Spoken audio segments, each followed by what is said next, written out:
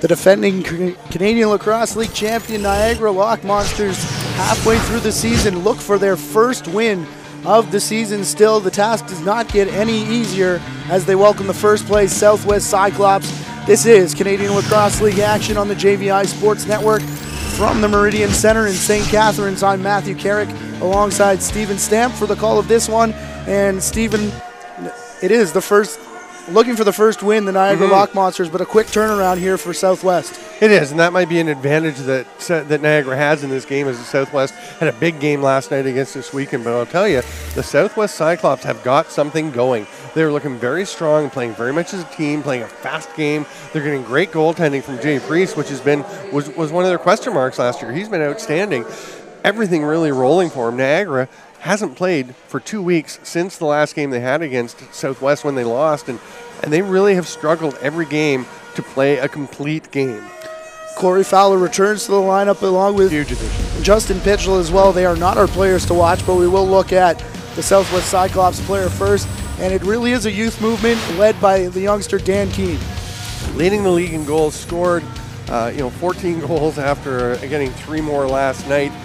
Only 3 assists. He's really been kind of a hired gun here, just a shooter so far, but he can do a lot more. They have Mike Burke setting things up, and Keene is finishing them off. At the other end, Dylan Lord, whose numbers really haven't been the same for the last year or so, and they'd love to get him back. And he was putting up 4 or 5 points a game when he was really a dominant force in this league. And I tend to think he's a bit better when he plays with a bit more of an edge. He used to be, we talked about him as the most hated man in CLax. He did some crazy things, took some stupid penalties, and I've talked to him about it, lots of people have talked to him about it, but when he's playing with a bit of that edge, at least some of it, he seems to be better. But keeping a cap on it, Jay Priest, the last time these two teams met, it was Priest in his ear hole all night long and actually got Dylan Lord off his game. Yeah, and Jay Priest, talk about a guy who is on his game. I mean, he has been so good for them this year. And then Connor Danko, not a lot of playing time this year so far. 2 years ago, he was the Rookie of the Year, the Goalie of the Year. He was a tremendous force for the Niagara Lockmonsters. And then last year, he came in, actually had the second best numbers in the league. The problem was the guy with the best numbers was David DeRuccio, his backup, who became the MVP and the go-to guy for this club. No Zach Boychuk in the lineup, so he'll be backed up by Doug Buchan here this afternoon. A look outside the Meridian Centre, team starting to take the floor. We will take a quick timeout. We'll be back for anthems and the face-off between the Southwest Cyclops and the Niagara Lockmonsters.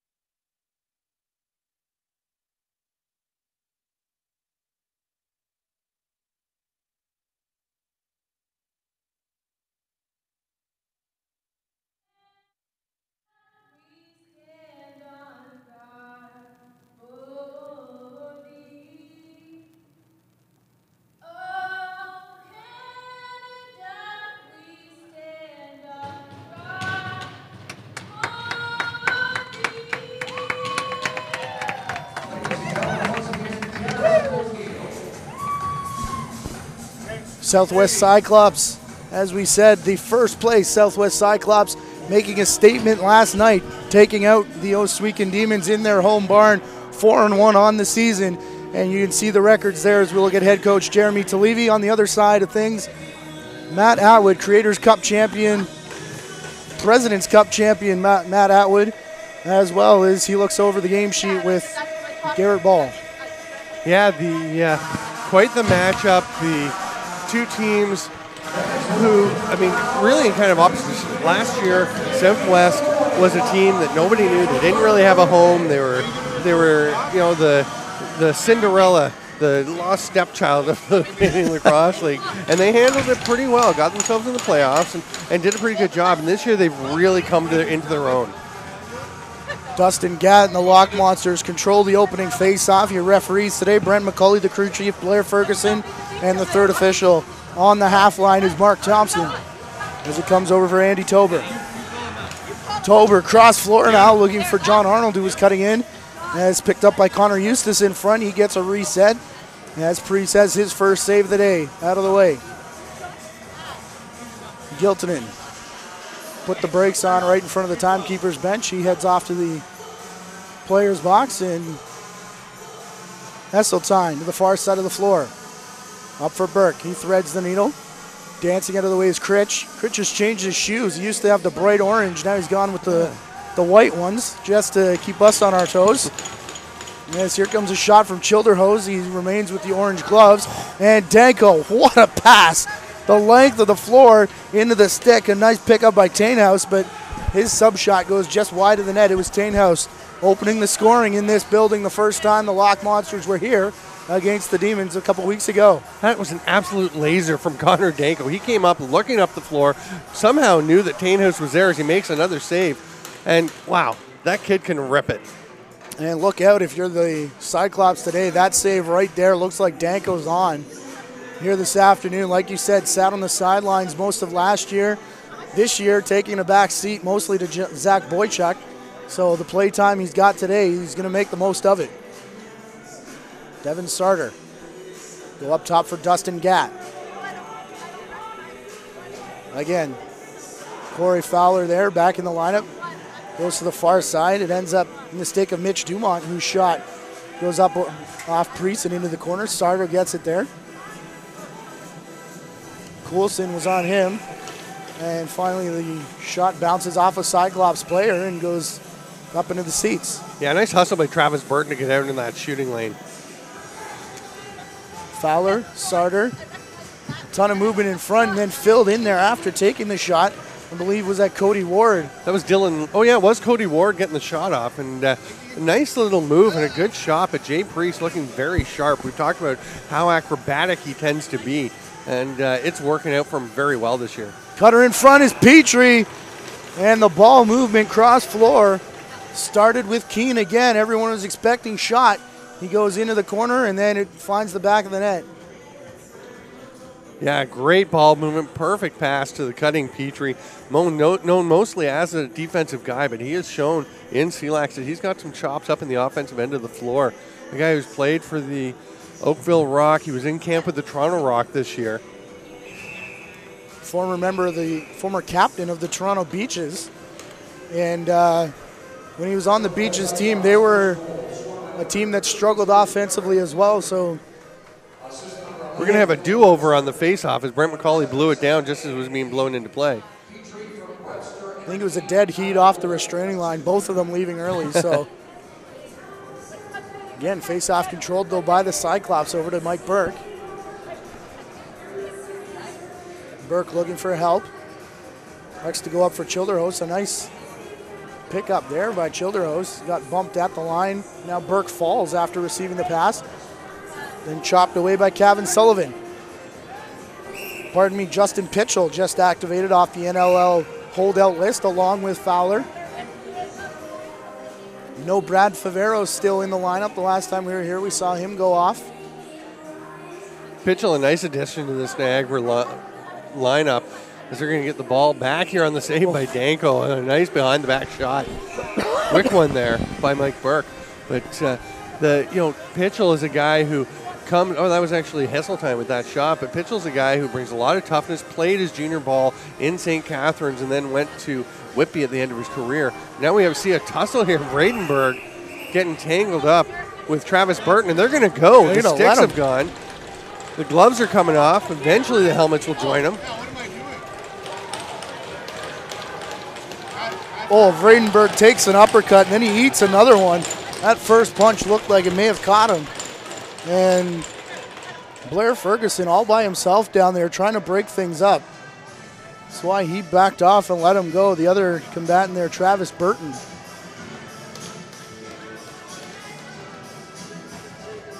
And our first penalties of the game appear to be fighting majors. We'll see if there's anything else.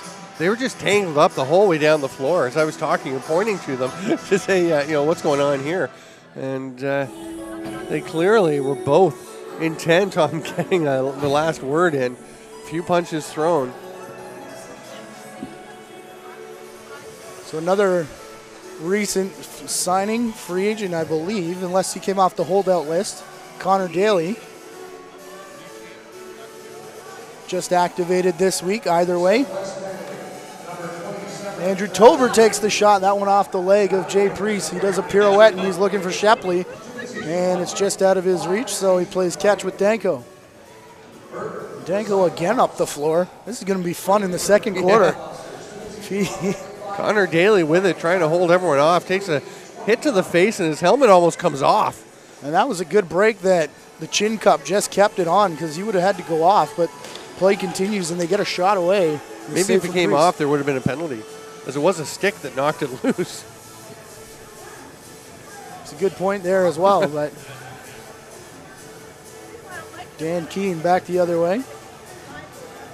Just to finish that point quickly, I think Connor Daly is a guy who can make an impact for this team, because he is a great runner. He can really move the ball up the floor, solid defensively, and he has wheels. Like, that kid can fly. General Manager Dave Colburn, as we watch Fowler circle the net, traded him away from the Durham Turf Dogs to this team last year when he was the GM in Oshawa, and then now the GM of the Niagara Lockmonsters signs him back. Keane stops outside the restraining line, waits for the change to complete. Into the stick of Martin Whitaker. There's a shot from Burke, stepping to his right. And Danko matches that one. Every time he makes the save and corrals the rebound, his first look, at least so far today, is still up the floor. As they come for Brian Campbell. Also activated this week from the IR, Mike Melnichenko not in the lineup today, as Lord goes through the crease and a bit of a bump for Priest. And no hesitation by Brent McCauley to call him too for roughing the goaltender. I think Lord did nothing to try and avoid the contact. And you know what? I don't actually mind that. Him trying to stir things up a little bit early in the game. He'll sit for a couple of minutes, but I was talking before about he's better when he plays with a bit of an edge. Maybe that's going to spark him and he's going to come back. He went straight to the box, didn't chirp, just he's trying to start something. And I'm curious to see how it's going to go for him. And that's the battle I'm going to watch. We talked about it earlier the last time they played each other in Paris. Two of them went head-to-head, and Brent McCauley reffed that game, so he saw that interaction. So no hesitation from him calling this one here, as falling on that loose ball was Childerhouse. Brian Campbell gives another player a bump. Childerhouse down again. Now he's finally getting some help. It's Kevin Sullivan, the overtime goal scorer to win the Creators Cup for the Lockmonsters last year, and he's just going to cover up and force the shot clock violation against the Cyclops.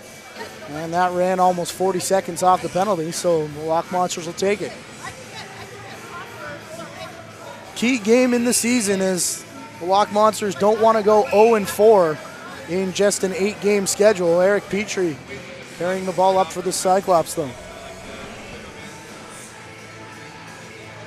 Here's Burke. Far side, ducking out of the way, McGregor. Over for Whitaker again, his shot. Nice stick save there by Danko. Almost looked like he was going to get under Danko's arm. Just got it with the uniform as he seemed to be lifting up for it. Here's Fowler driving the other way. He is knocked down. Nice save by Priest. He turns the ball up to Whitaker. They're going to head back up the other way. And so far, Jay Priest has really been sensational. Rebound controlled by Southwest now. Dan Keene over the restraining line. Takes a while to get there as the shot clock's already down to 15 as the last man joins the play. Keene with it again. He drops almost sub shot. Oh, what a save by Danko. He was down. Swung the left arm out on Childerhouse. Childerhouse back again. Keene into the corner. Childerhouse. His shot with Danko down sails just over top of the net. They're going to say Danko caught a piece of it as he went down, though. Extended pressure here for the Cyclops as Dylan Lord about to make his way back onto the floor. And that one bounces off a Lockmonster player before going up into the crowd, and Cyclops will restart, but Lordy was looking for the outlet. Childerhouse. Critch. Mike Burke. Wheels to his right. Looked for the pass. It didn't come from Keene. So they go back for Critch. Fowler on him. Pops the ball out of the stick. Critch to Burke, and someone got a stick check there to sail that one high. Hesseltine has to hurry. He does, and it fools Danko into the back of the net. Hesseltine just trying to beat the shot clock because it was at 4 seconds. And this is where the big challenge comes in. We've talked before about Connor Danko being such a good goalie. If he has a weakness, it's that he does tend to give up runs because he'll get down on himself. And you can see on this play here, the shot, that's Connor Daly getting the big check on Burke, so it goes off the crossbar. Everyone's kind of relaxing a bit, nobody really looks ready. Then the shot from way outside is going to be Danko. And all the Lockmonsters on the floor just kind of exhaled like, oh no. It's just one of those goals that can be quite deflating. We'll see how they bounce back. They need to turn it around. Danko needs to make a save or two, and the Lockmonsters need to get some pressure and just have some good offensive sets where they create chances themselves. Bit of a scrum in front of the Lockmonster bench there. Doug Buchan working the door. Had it propped open a little bit, but a couple missed passes. They go back the other way, and over and back violation will take us into the first official's timeout. Here with 6:41 to go, a 2-0 score in favor of the Cyclops.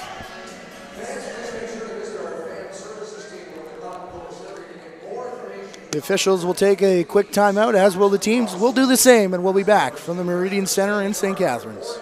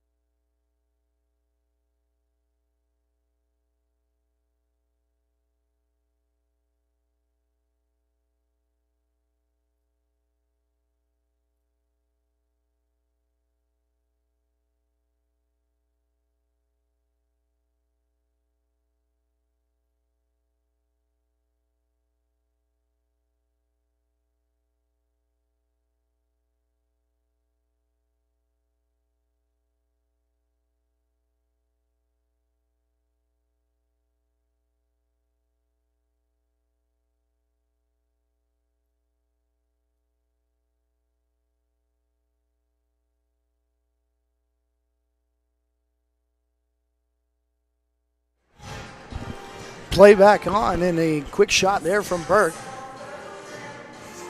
Saved by Danko. Rebound comes outside the restraining line. Hesseltine looking for his second, and Danko smothers that one, looks up the floor. No one's there, so likes to take the short pass to Brian Campbell. Matthew Carrick, Steven Stamp, our JVI Sports Network crew. Continuing season-long coverage of the Canadian Lacrosse League as Tober cuts in front, and John Arnold with the vision to find him cutting through. That was another great pass. That was a beautiful pass by John Arnold. He's another guy primarily known for his defense, but he's shown over the years in CLax that when he gets a chance, he can do things in the offensive zone. And Andrew Tober cuts at the perfect time. You see the ball. This is Arnold getting it right now, and Tober sees the pass going to him. The key for that is that Tober started his break before the ball got to John Arnold. He saw what was developing and got into the open so that when Arnold got the ball, he could make that quick pass and hit him while he was in the right spot. And as we heard in the building, at that break, as another lane opens up for Tober, what a stick check there. The last second, Miller Rushbridge. First Lockmonster goal of the game. T-shirts are now 20% off for the next 15 minutes. Nice. I got to go get a shirt. We got to call this. Let's send somebody to get them for us. Can I have a wireless mic? Dan Keene up top. They're immediately on him, respecting the outside shot. That's how he scored most of those league-leading goals, as Joel Shepley steps into a shot and it goes off of Danko. Shepley chases his own rebound. Daly immediately on him. Now falling on the boards is Dan Keene.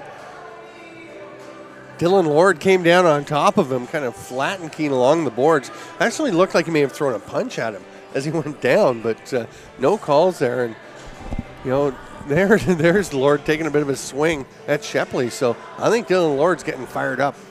Most hated man in CLax may be back, at least here this afternoon. And the Lockmonsters need to get somebody going. They don't care who it is or how it happens, I think, as 0-3, staring down the barrel of an 0-4 halfway through the season. Shepley went through the crease, so he couldn't touch it. A delayed penalty coming here to the Lockmonsters as Lord goes after Critch. Priest on the bench, 2 on the shot clock. They go down to the crease, and Lord didn't play it there either. And is he going back to the box? It's an interference call, and it does look like it's Dylan Lord that's going.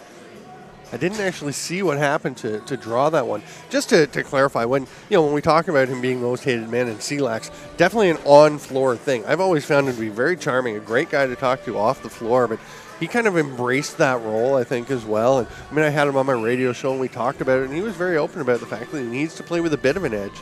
And it's a fine line to keep yourself out of the box enough to help your team. Remember when he was traded here from the Brampton Inferno, Jeff Dowling, now in the league office, said he sat down and told him, there's a goal coming out in front. Hesseltine, he's got a game going here, and Danko may be hurt as he's down in the crease rolling around. I think he's just frustrated. He rolled over because he got a piece of that one. He gave up the 2 goals and then made a couple of really nice saves, especially one shoulder save on a cutter through the slot. But this one, as you're going to see, the shot will come from Hesseltine, who's going to slip past his man here. Nobody can cover him shorthanded. And Danko gets it. You can see how slowly that ball came through because he got some of it, and then it just gets away from him. Unable to control the faceoff. What a job by Gat, though, to bat it back down the floor where it's picked up by Dumont. Dumont goes to Tainhouse. Tainhouse looking for Gat, and it's just out of his reach. As Priest goes to his right-hand side. Running his way up is Eric Giltonen. He passes off. 5-on-5 lacrosse here as that goal canceled out the penalty. A sidearm shot comes from Rushbridge. Off a body into the corner. Shot clock at 5 seconds. Cyclops looking to go out in front of the net, and it was off the stick of Corey Fowler. He's there quickly to pick it up, and he finds a man off the bench. Yeah, Cody Ward a little surprised by that pass. He almost ran right by it.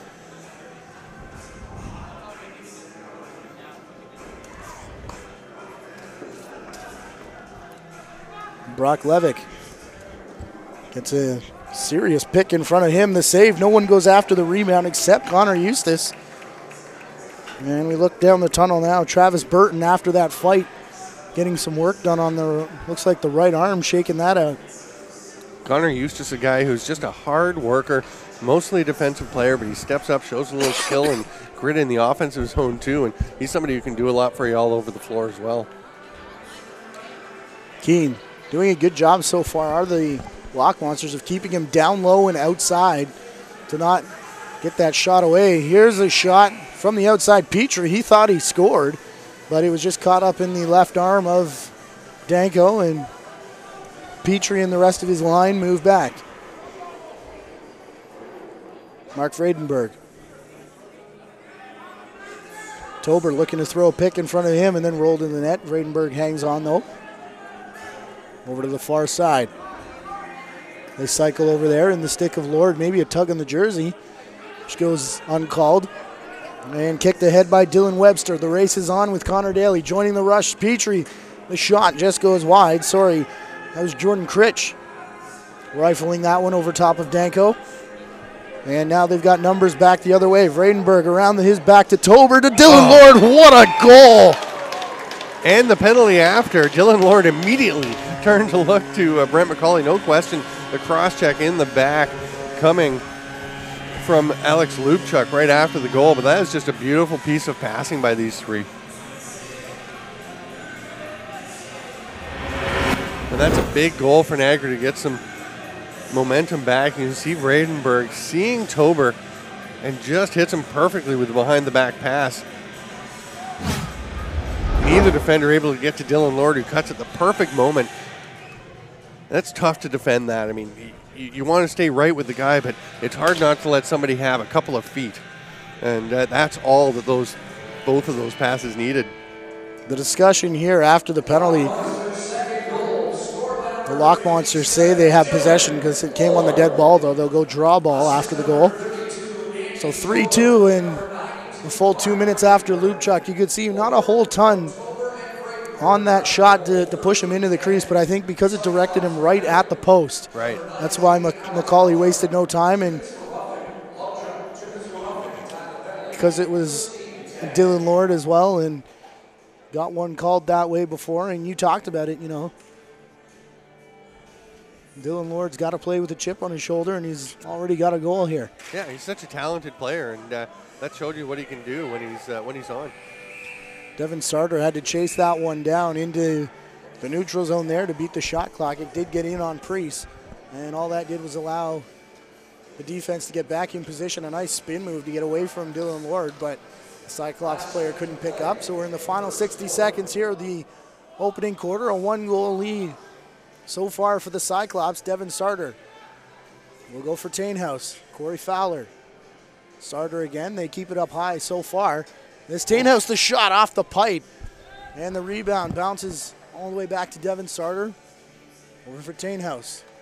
Oh, cheeky little sidearm shot. Didn't even wind up or anything. Just gets it through, and the goal. My goodness, Brendan Tainhouse. That's a great run for the Niagara Lockmonsters.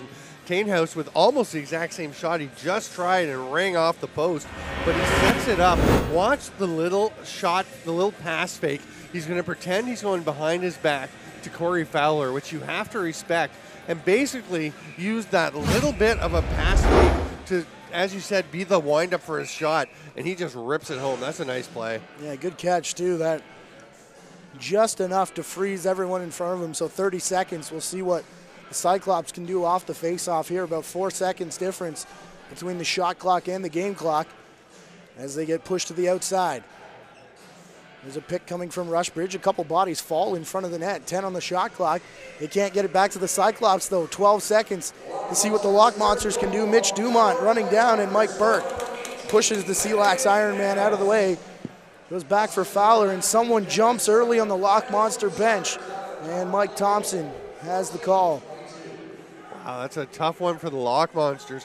There is an official, of course, Mike Thompson, right on the floor, whose primary duty is to watch the changes. So I'm sure he was aware, he's paying careful attention to what's going on, but somebody just jumped out. That's an interesting shot.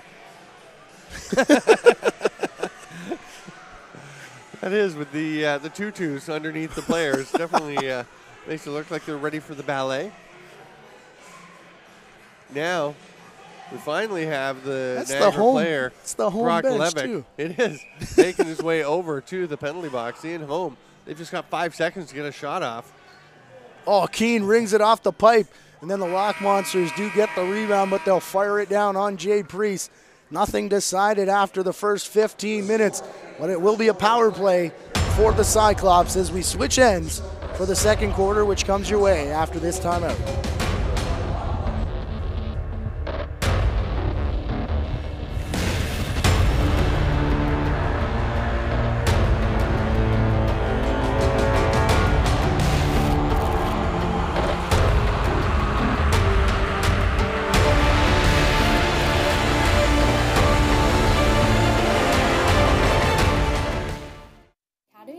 College has identified the gap between education and the stressors of the working world. We develop customized programs for each student at an affordable cost.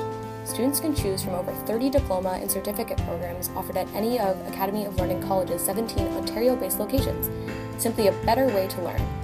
Learn more at academyoflearning.com.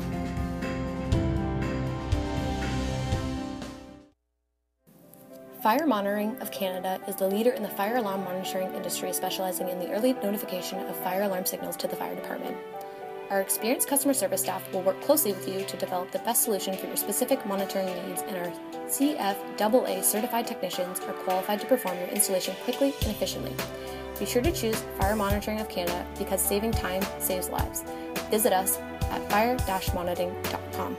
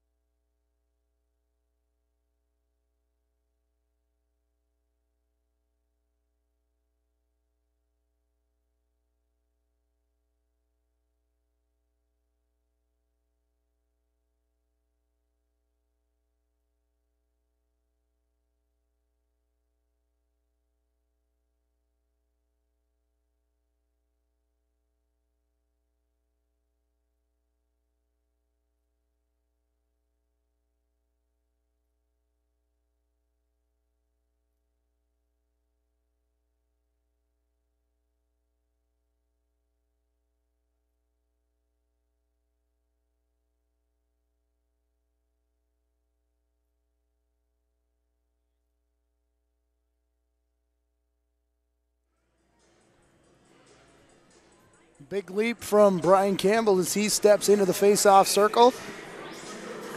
Looks like it's controlled by Miller Rushbridge, though. Pardon me, Dylan Webster, rather. And, you know, not to overstate things, but I think that last few minutes of that quarter could wind up being a season-saving stretch for Niagara. If they lose today, they are in big trouble, and they were in danger of falling behind.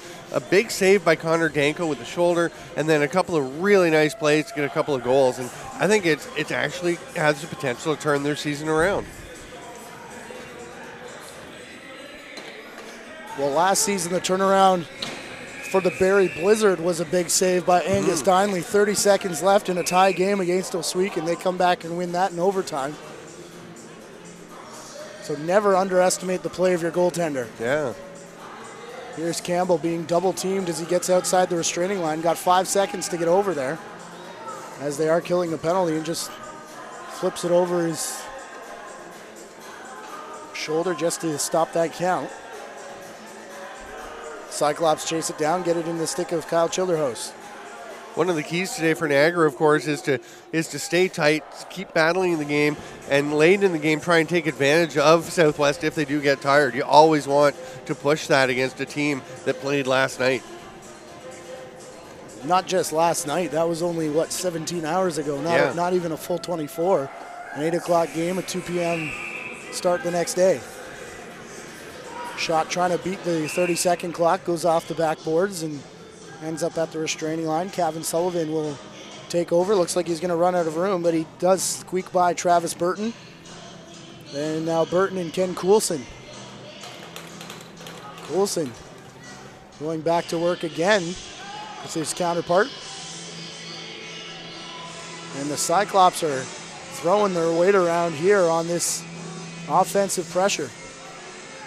Ball off the leg of John Arnold, and Brock Levick pops out the gate. When that ball went over the line, I think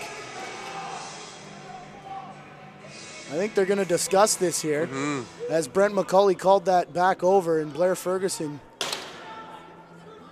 They're going to have a face-off. Yeah. Yeah. That was really close because the time was just about to expire as that ball came over, and the extra attacker went over to play the ball. So they, again, when you're killing the penalty, the over and back line moves to the restraining line. That's the question here, and Garrett Ball wants an explanation from Blair Ferguson. but that one was really close. And they're going to decide to draw the ball here with Brian Campbell, and ends up in the stick of the Lockmonsters anyway. So Corey Fowler, again, the Cyclops doing a good job of taking the shot away from him, and then Fowler tied up and drug all the way down to the carpet. Picked up though by Cody Ward. He looks to dive through. Tell you, Southwest playing with a ton of energy. We've talked a few times about how they played last night. It's certainly not impacting them so far in this game. Yeah, not yet. No, not yet. That's the thing, is how it's going to be later in the game. But they've really responded to that Niagara run late in the first quarter with a great start to the second. And almost Burke, a perfect pass. Mike Burke all alone just couldn't hang on, and he's got 5 seconds now in order to beat the 30-second clock, and he plays it off the glass. And the ball in the crease, as is Alex Lubchuk. And for a while there, Southwest only had 4 players on the floor. But now we're 5-on-5 as Dylan Lord carries it in. The backhanded no-look pass looking for Tainhouse. It was out of his reach. So the Cyclops bring it back down. Petrie going to circle in behind the net. Gives it off for Dan Keene. Keene has Critch cutting to the front, looks him off, goes for Dylan Webster. Webster with Lord on him, shoots it over top of the net. Quick pick up there. They go for Critch, and looking quick stick. What a job by Kevin Sullivan to cut in front of Keene and get on the stick. Now there's 2 on the shot clock. Comes off the stick of Petrie, and Danko goes down to meet that shot. Dylan Lord, 2-on-1 here as they go over for Levick, and diving, much to the delight of the Cyclops bench, was Eric Petrie to bat that ball out of the stick. Petrie really coming into his own as a terrific two-way player here for Southwest. Gets a whack from Dustin Gadd for it. We'll put the cap on my point earlier. He did play that role under Bruce Codd with the Toronto Beaches as they ran into some injury trouble in his grad year and some offensive struggles. So definitely a stud on defense. They put him up in the offense as well, so he definitely learned that transition game, and Bruce Codd tried a number of young players that gained a lot of experience in that regard. Ball on the carpet for Devin Sarter, and Mike Burke on him. Sarter puts the brakes on. Now he dumps off for Fowler. Fowler looking for Connor Daly. He couldn't accept the pass. It's back down on the carpet for Fowler. Pops at the back of his stick now. Sloppy play on this possession for the Lockmonsters. They're going to try and change up personnel. And again, the ball on the blue. Tober over for Fowler. They got to get a shot away, and they do get one in on Priest. Makes the save, but I think it was a few ticks after the clock expired anyways. Yeah, it was just a bit late. Corey Fowler really had to shoot that ball. He didn't have time to make the last pass, but had it been half a second earlier, it's a perfect play. Blair Goss. Lane opens up in front of him and allows Danko to see the shot that comes through. And Danko making that save. Mark Vredenberg goes for John Arnold. A quick change here and find the man out the front door. It's Cody Ward. They go for Dylan Lord. Levick now spinning away from the pick. It was set in front of him by Justin Pitchell. And down low, looking to slam dunk, was the Lockmonster player. And as the shot clock expires, Pitchell runs his man into the glass. And Ken Coulson, let me tell you, earned that loose ball. Yeah, Justin Pitchell throwing some hard picks and then runs Coulson hard into the boards. It was Travis Burton, actually, as he heads off now. Down low for Dylan Webster. Webster, a couple fakes, looking for the top man. He's got to chase this one down, but won't get there in time as it goes over and back. So the first 2 guys back, Eric Petrie, Joel Shepley. Just like that, turn into defensive players. Ward got it down low for Sullivan. It came back for Fowler. Now they get it to Tainhouse. And a couple changes here. What a play by Eric Gilton to knock that pass away. Brendan Tainhouse had Corey Fowler alone on top of the crease. Gilton goes for a run here. Tainhouse all over him. causes the loose ball. Picked up quickly, though, by the Cyclops. Giltman gets it back and hands off for Petrie. Those two have been out there a while, so they go for the change right in front of their bench. Burke finds the cutter in front of Schilderhaus, and the Cyclops on a change here, the wrong side of the 30 feet. But it looks like they're going to recover just in time. It turns into a 3-on-2, though, and Priest goes to his left. He goes across the crease like better than any other goaltender in the league, I think, especially this year. And that possibly saved the goal. Still looking for our first tally of the quarter. As we're tied up at 3, there it is. What a shot by Miller Rusbridge. Just taking the pass in stride, about hip high, just kind of behind him and almost just drawing the arms through to get the ball. Didn't have to get a lot on it, just had to get rid of it quickly. He does it perfectly. That's the second, what I would call a cheeky goal, is it's just not a full windup of a shot, just enough on that release to fool the defense, fool the goaltender. Watch the release right here. Yeah, and that's just that's a perfect pass to get it over to him. A little above hip, like probably chest high. And Rusbridge takes it in stride, taps it home to get Southwest back up. Only one goal in the first half here of the second quarter, but what exciting play it's been back and forth. Approaching the officials' timeout as they go up for Cody Ward. Ward, the pick in front of him from Sullivan. Sullivan chasing the play again. He's going to throw another pick. Ward still can't get away from Travis Burton, and Burton's going to cause the strip. 3-on-1 coming here for the Cyclops, as it is Burton and Alex Lubchuk on this side. Burton on his wrong side, though, elects to take the shot, and Danko keeps that one in front of him. And Travis Burton, a young man, just 18 years old, really looking mature beyond his years in his debut here in CLax, but I think that's one, if he could have it again, he'd make the pass to Lubchuk. Mitch Dumont, like we said, with the injuries this year to Brad Favero, Mark Farthing, the last remaining Ironman, the only player in CLax history to not miss a game. And in his Ironman game, got in a fight and had a pretty serious nosebleed. I joked around with him. I said, that better not keep you out. Let us know who you think should be the 3 stars of the game. Tweet us at JVI Video. Tell us your first, second, and third choices. Certainly, I think both goaltenders under consideration so far. You've got Brendan Tainhouse with some nice plays. I think it's really been pretty spread out amongst all of these players. Esseltine, the only player with multiple goals. Yeah, it's a hard call at this point. Let us know what you think. You know, we'll certainly take your opinions into consideration as we're making our selections late in the fourth quarter. Right now, just a very good back and forth game. It's been a very competitive contest, and as we said, Southwest was looking at first like they might actually run away. Sometimes when you've played the night before, you come out with a ton of energy early in the game, and you need to take advantage of it. So Niagara did a good job of just staying the course. You've talked quite a bit. You've actually looked and done some study on how teams fare coming out of their bye week, and it hasn't been good for the most part. They really have struggled.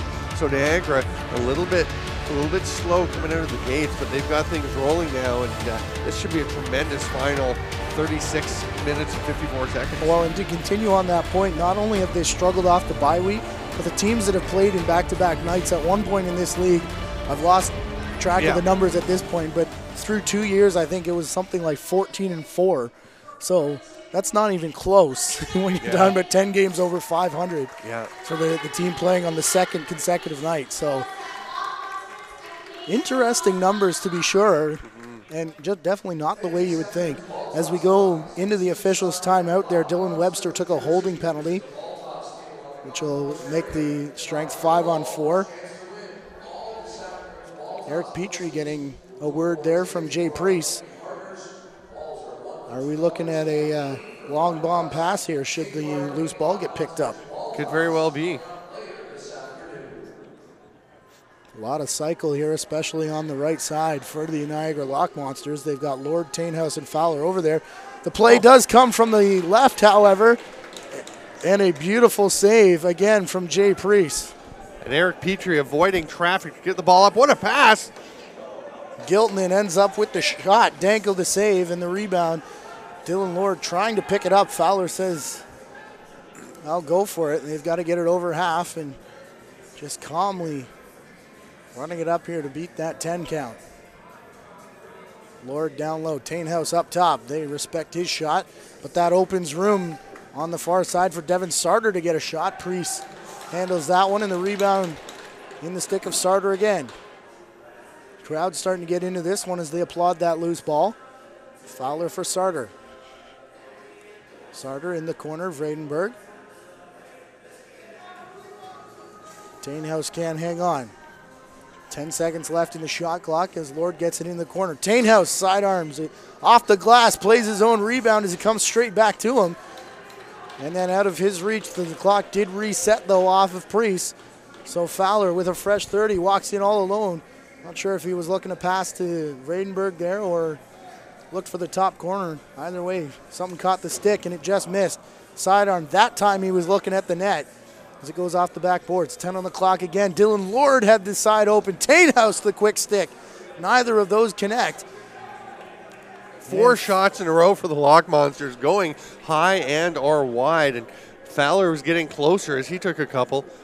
Just a few seconds here now for Gilton to get over the next line. The pressure in that 5-second zone, it does hit 5, and Fowler picks it up. And I don't know if they got the entire change completed. It looks like a couple guys did get off. And now the rest of them do. As it's Burton out of the box, though, Webster all by himself. Danko, nice piece of stick work there to keep that away. Smart play by Travis Burton to jump out. Here we go the other end. Oh, go for not a great fake and shot by Corey Fowler. That is the Corey Fowler we've gotten to know over the last couple of years. I was going to say Travis Burton, a nice play because it wasn't been over and back, but he jumped in the play seeing that he had Dylan Webster ahead of him, made a great little shovel pass, but just a little bit too far. And then we come down to the other end. Here's a hard fake. That's the big save by Jay Priest. Now we come down the other way, and Dylan Lord, the smart decision to give it to Fowler. You can see how that fake gets him moving, gets Jay Priest moving to his left. Fowler tucks it home. We're tied at 4. Dylan Lord scored the majority of his career goals from right in that spot, but just running out of time there. And I think Kevin Sullivan wandered over the line. So Blair Ferguson, Mike Thompson will discuss this one as the whistle hadn't actually gone. And it's another do-over. Yep. Fergie admits the mistake, so they go again.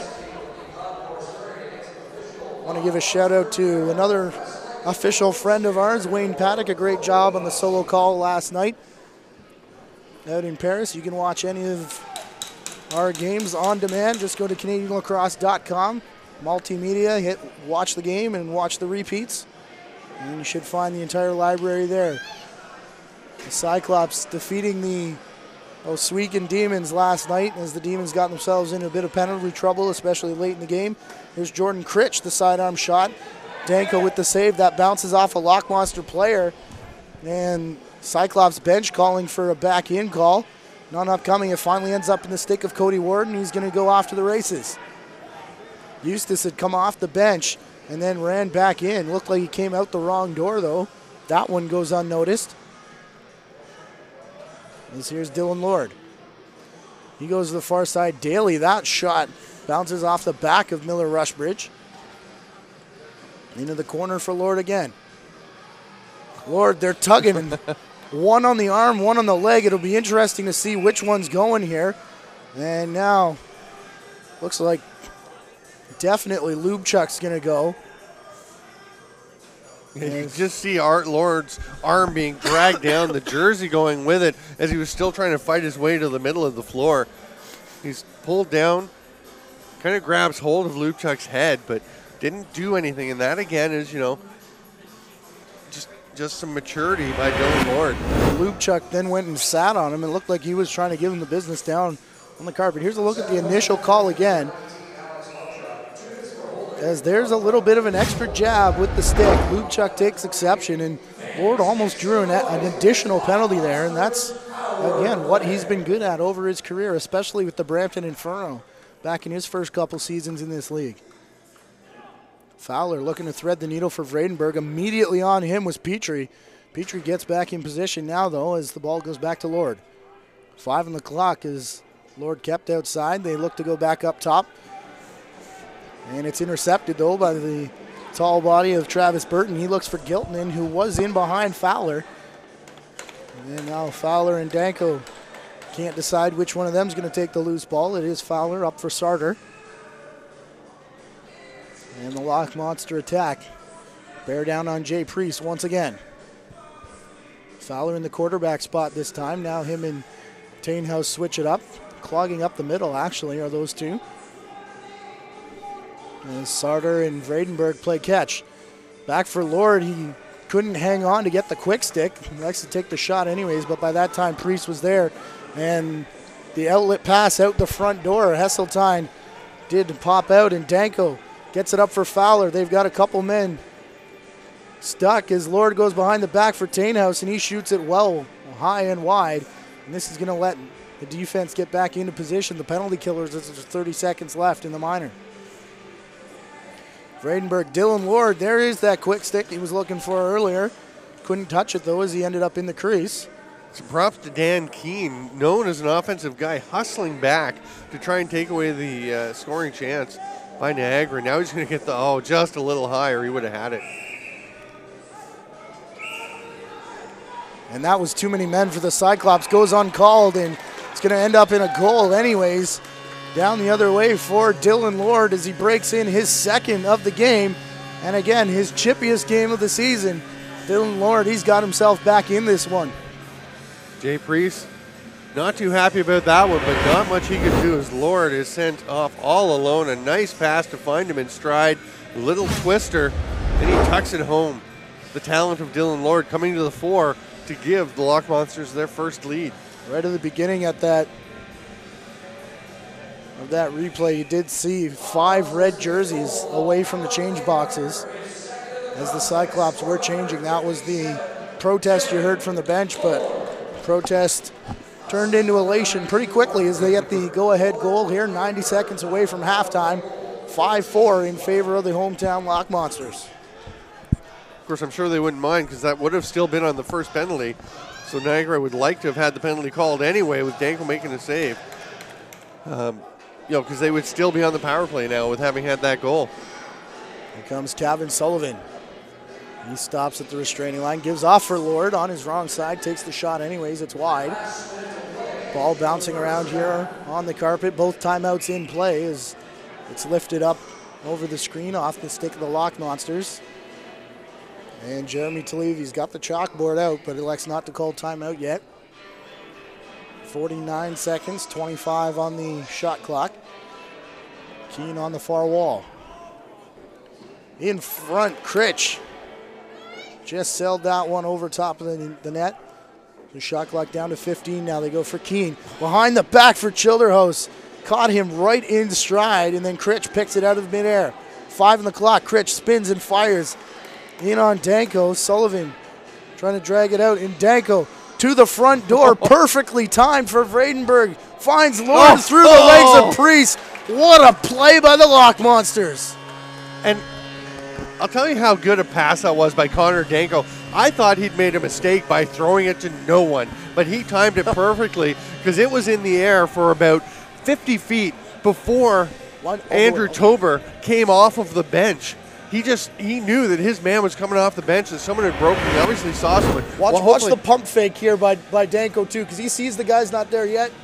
Now, step. Look at Tober that. comes off. That is gorgeous. And then the pass to Lord, he is feeling it. He buries one.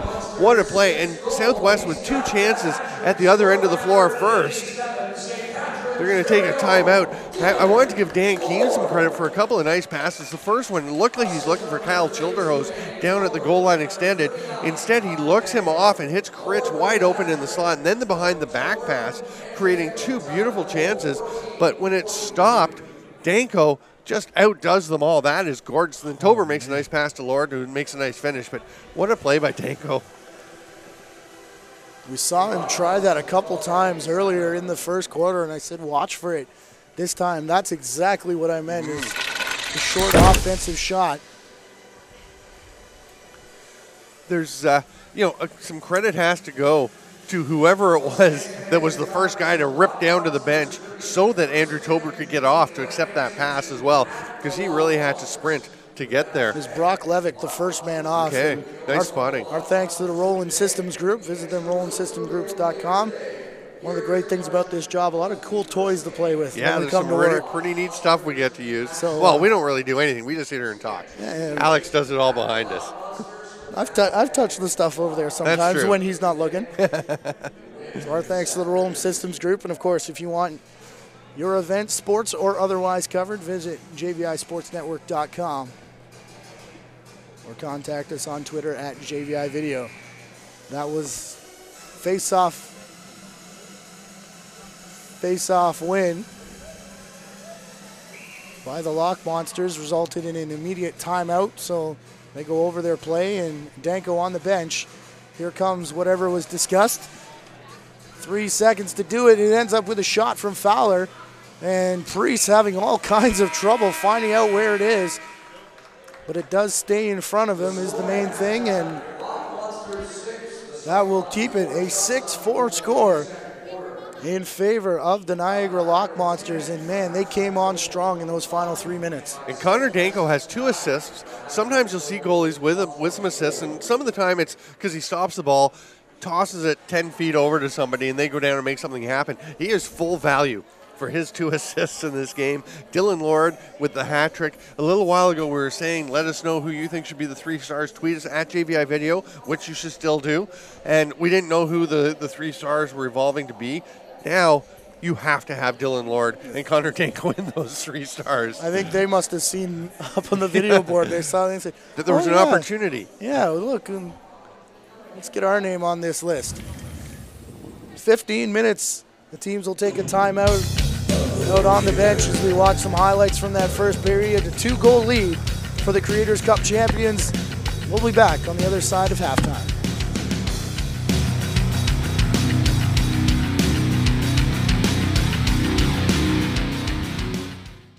Youth lacrosse players, come play like a pro with Junior CLax.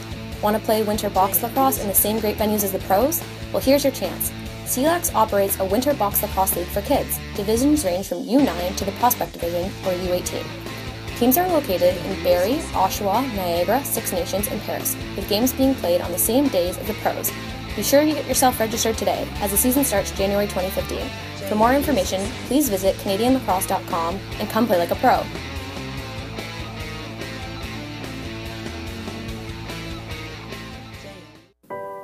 St. William's Nursery is Ontario's largest native plant nursery and is committed to biodiversity conservation. We offer a large selection of high-quality trees, shrubs, grasses, wildflower, and seed, all which are grown from a source-identified, wild-collected seed. Visit us on May 2nd and 3rd at our annual spring public sale. Choose from a beautiful selection of species, all at special wholesale pricing. Visit us at stwilliamsnursery.com for details.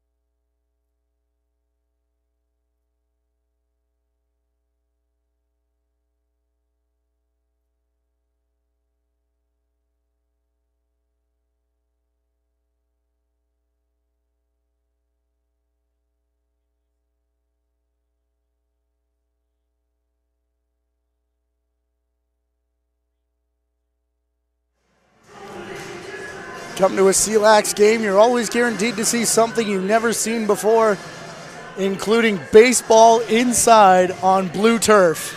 Yeah, it was interesting. That first kid that was up missed the first pitch, just kind of whiffed on the second one, fouled it, spun it back out of play, and then ripped one out to center field. Almost got it into the net at the far end of the floor.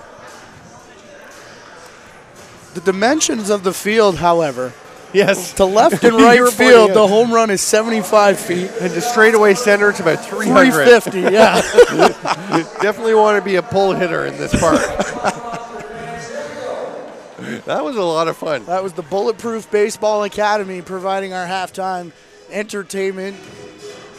And just when you think it's really cold outside, nothing like baseball to get you in the summer mood. And, of course, we've got lacrosse to heat things up. Once again, 6-4 in favor of the Lockmonsters. Opening faceoff, though, controlled by Esseltine of the Cyclops. He goes in and takes the shot on Danko, who will control the net to our right. And in the net to our left, Jay Priest remains in the game. Matthew Carrick, Steven Stamp, the rest of our JVI Sports Network crew, continuing season-long coverage of the Canadian Lacrosse League as Hesseltine picks that pass off. Looks like it was either intended for Burke or he did a nice decoy. As Hesseltine finds Schilderhos in front. Ran himself out of space, it looked like, before taking the shot, and that one off the crossbar. I thought Danko got that one with his arm. And I was prepared to be quite excited about that save.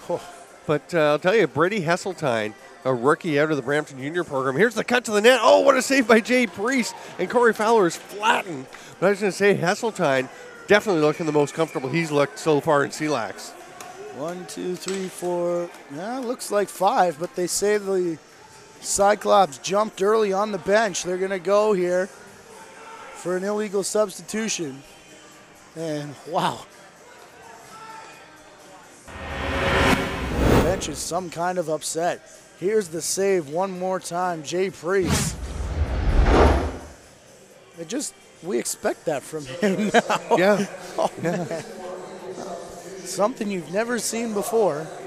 As we said off the top, usually it's Jay Priest that gives it to us. Never a dull moment, but man, he's having quite the season. He's 4 goals in that opening half against Jay Priest. Ball over into the corner. Rebound, Devin Sarter was looking for it, and then huge hit on Miller Rushbridge. The bench saying it was high. Not getting the call, though, as the count is on. And for the Lockmonsters, they were down to 5. But Fowler takes over, shoots that one. Is that off the helmet of Priest again? He took about 3 of those last night. Yeah, I'm not sure if it got through. I thought it went off Blair Goss, the defender out in front. Tell you the one thing about Jay Priest this season is that, you know, he's made those spectacular saves throughout his career here in CLax. But then he's turned around and he's let in some of the most basic shots that you would think, gee, you know, how do you stop the other ones? This year, he's stopping just about everything that comes at him. And you see it in his goals against average, which has dropped from around 17 last year down under 10 this year. Yeah, saves just like that. The outside shots where he'd have to not go all the way cross crease, but just a bit of a halfway would get caught. And earlier on in the season, we saw him biting really early on. Multiple fakes from the Oswegan Demons in their first matchup. But like you said, stellar until then, as he lets in a goal and then a delayed penalty, not a delayed penalty, an immediate penalty rather, right after that. So Whitaker will go off. And the Lockmonsters with a full 2-minute power play coming up. And that's the second time, of course, where Niagara has scored. And then Southwest has taken a penalty right on the play. The earlier one with Dylan Lord putting one home. There's Tainhouse losing possession of the ball. And that's just a nice little play down in the corner to snag that ball that really wasn't even a rebound. It just kind of popped away from Brendan Tainhouse. It's like it's Miller Rushbridge that's heading off for an illegal cross-check, and you know what? It's the exact same call that was made on the other side against Dylan Ward and against the other Cyclops players. So yeah. The line's been drawn and should be obvious by now. 3 calls. As the most recent one goes to Miller Rushbridge.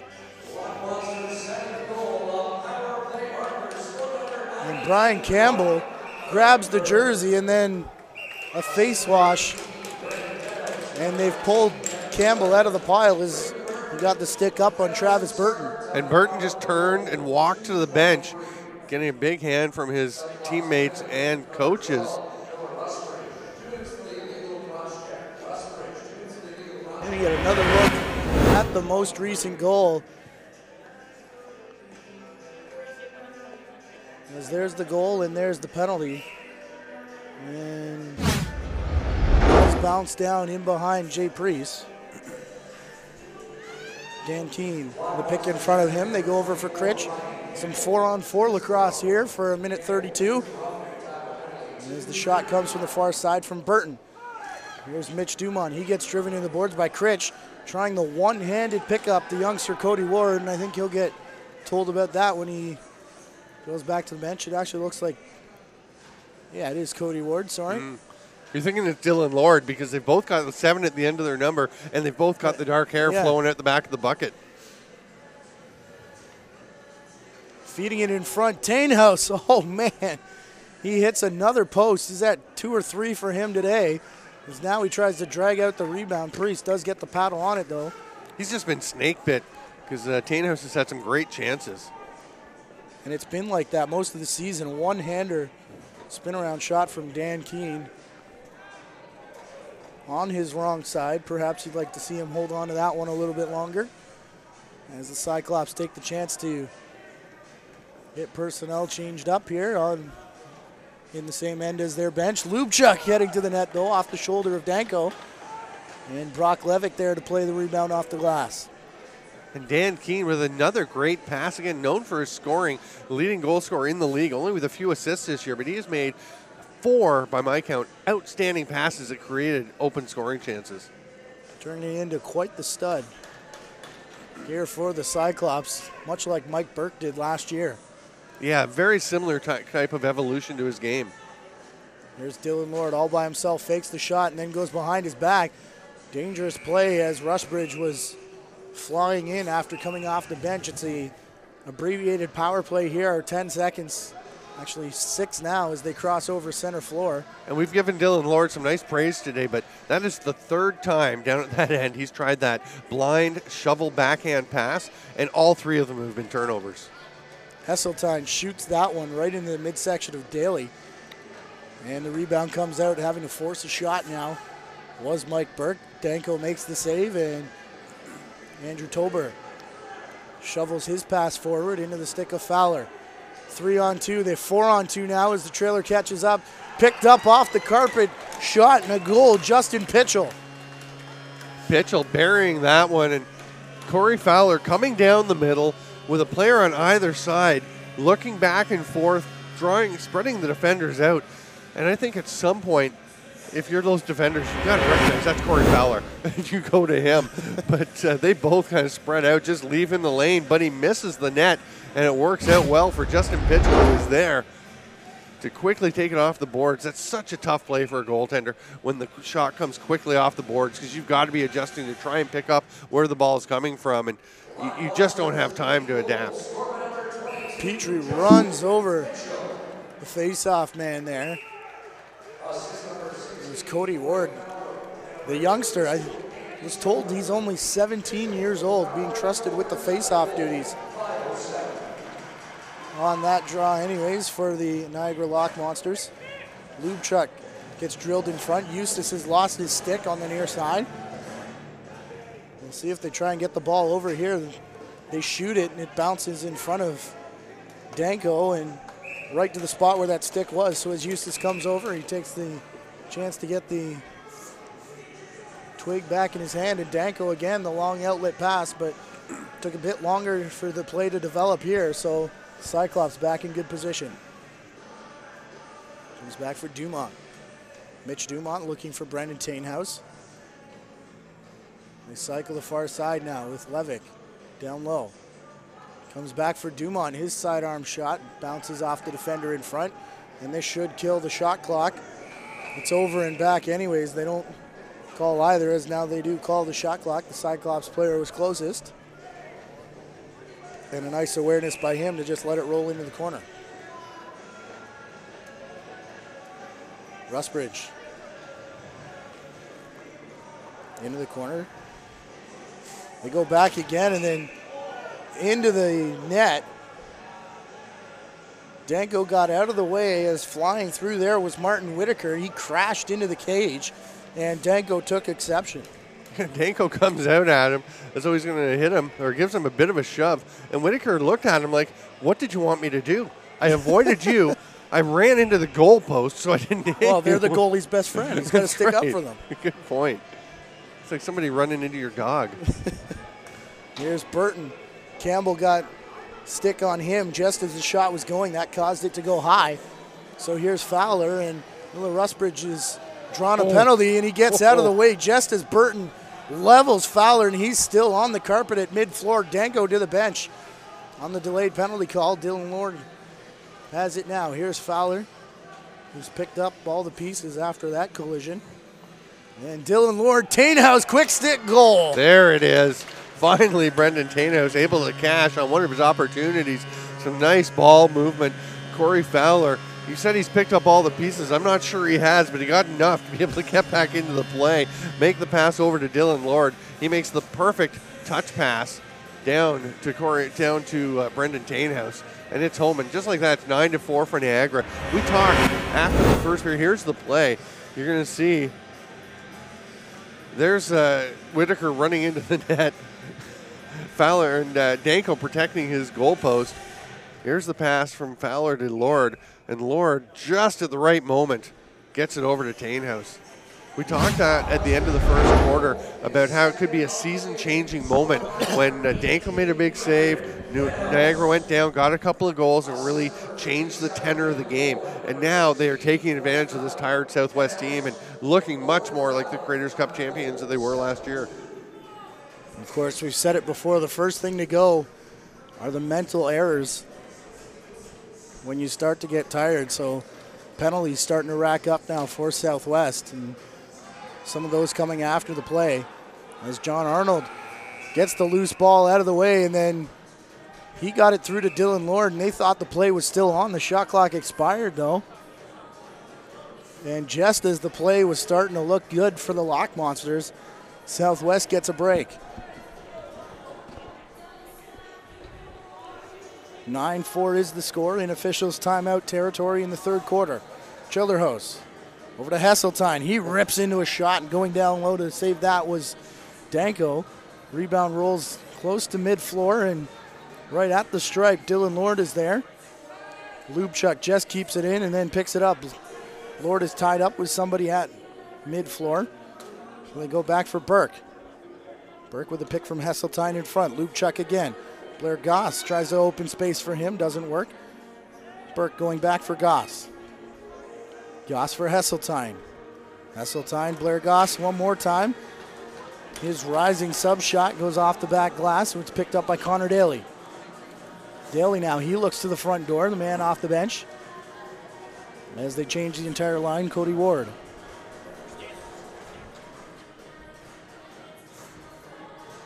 Kevin Sullivan.